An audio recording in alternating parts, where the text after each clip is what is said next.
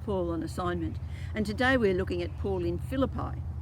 And Philippi, like Corinth, was a Roman colony, but instead of settling it with poor people and slaves, they'd settled it with soldiers and ex-soldiers.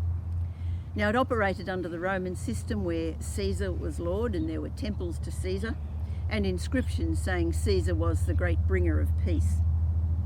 This time, Paul had Silas with him and they began speaking about Jesus.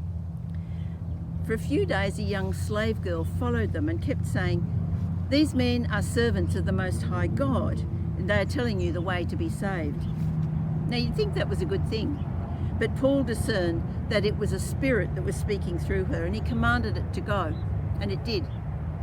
But then her owners weren't very pleased because they realised they'd lost their source of income because she used to give future tellings.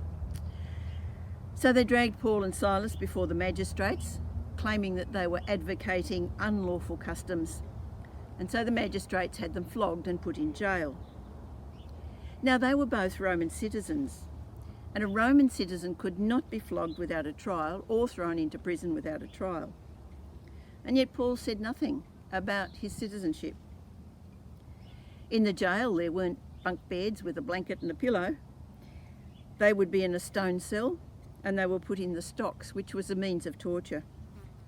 But it says that at midnight they were worshipping God. Why? Well, remember that Paul was a Pharisee. He knew his scripture.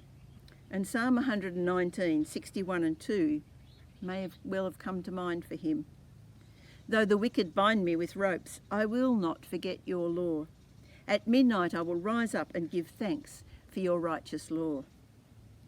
Paul was obeying the scripture and giving thanks to God. He wasn't praying for his release.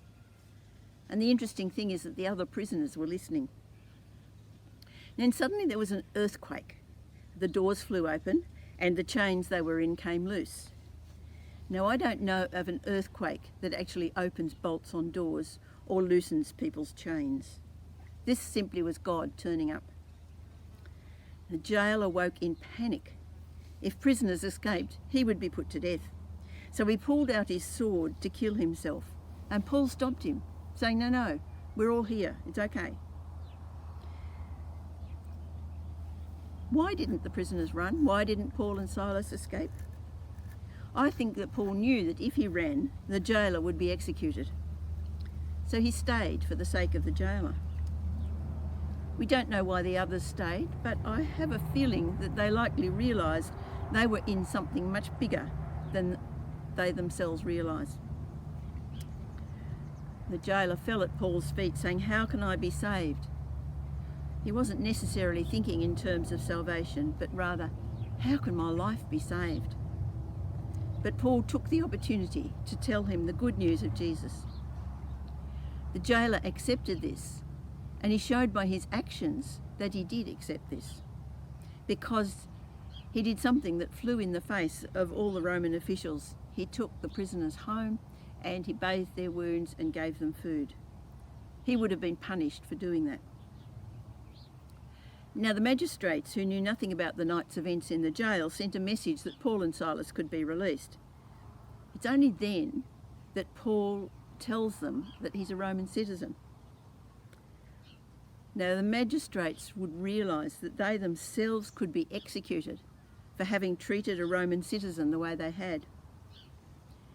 But doing this, Paul got insurance for all the new believers. Because if the magistrates began to give them a hard time, all Paul had to do was say what they'd done to him. Paul and Silas had been willing to put up with suffering because they were living the message that they were preaching.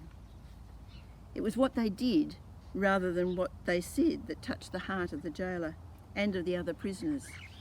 And I'm sure the story of this probably went out into the community and others heard it and possibly believed because of the story they heard.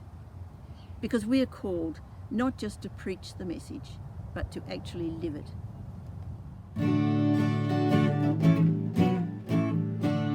There is an